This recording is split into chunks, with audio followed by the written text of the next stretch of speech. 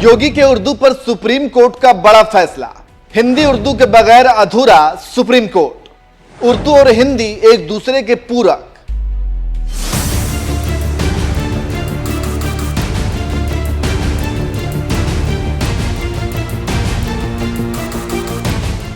नमस्कार, मैं नियाज खान और आप देख रहे हैं न्यूज एक्सप्रेस। कुछ दिनों यूपी विधानसभा का सत्र चल रहा था और इस सत्र में यूपी के कई मुद्दों पर बातचीत हुई और पक्ष और विपक्ष के बीच जमकर और तीखी बहस भी हुई।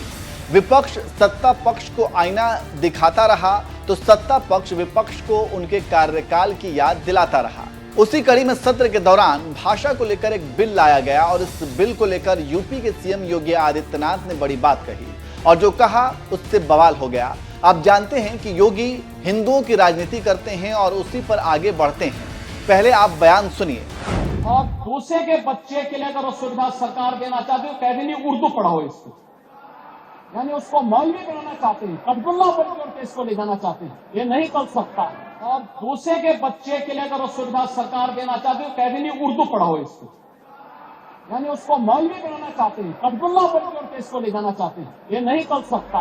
तो सुन लिया आपने क्या कह रहे हैं योगी आदित्यनाथ। फिर क्या था, हिंदी उर्दू और फिर हिंदू मुसलमान होने लगा और लोग तरह तरह के तर्क देने लगे। इसी बीच कई और राज्यों में उर्दू को लेकर बेगैरत बातें होने लगी और आनन फानन में महाराष्ट्र की अकोला जिले के पाटुर नगर परिषद के बोर्ड पर मराठी के साथ उर्दू भाषा के उपयोग को चुनौती दे दी, जिस पर सुप्रीम कोर्ट ने शानदार फैसला देकर योगी और योगी की सोच वाले लोगों को करारा झटका दिया है। खबरों की माने तो पाटुर नगर परिषद की याचिका को सुप्रीम कोर्ट ने खारिज कर दिया और उर्दू से नफरत करने वाले लोगों को करारा जवाब दिया। मंगलवार को कोर्ट ने सख्त टिप्पणी करते हुए कहा कि भाषा का धर्म नहीं होता और उर्दू केवल मुसलमानों की भाषा नहीं है और भारत की विविधता की एक दुर्भाग्यपूर्ण गलत फहमी है। तो आप समझ सकते हैं कि कैसे योगी और ऐसी सोच रखने वाले लोगों को सुप्रीम कोर्ट ने करारा जवाब दिया। अब हम यहां पर आपको ये जानकारी देते चले कि उर्दू को लेकर जो विवाद चल रहा है, इसको लेकर पूर्व नगर सेविका वारसाताई संजय बघाड़े ने सुप्रीम कोर्ट में याचिका दायर की थी, जिसमें कहा गया था कि नगर परिषद का कार्य केवल मराठी में ही हो सकता है और उर्दू का उपयोग बोर्ड पर भी नहीं होना चाहिए। पहले यह याचिका नगर परिषद और फिर बॉम्बे हाई कोर्ट ने खारिज कर दी थी। अंत में याचिकाकर्ता सुप्रीम कोर्ट पहुंची, जहां पर लताड़ पड़ी और ऐसे लोगों को भी सबक मिला जो इस तरह समाज में जहर फैलाते घूमते हैं और अपना फायदा ले लेते हैं, लेकिन समाज को 100 साल पीछे ढकेल देते हैं।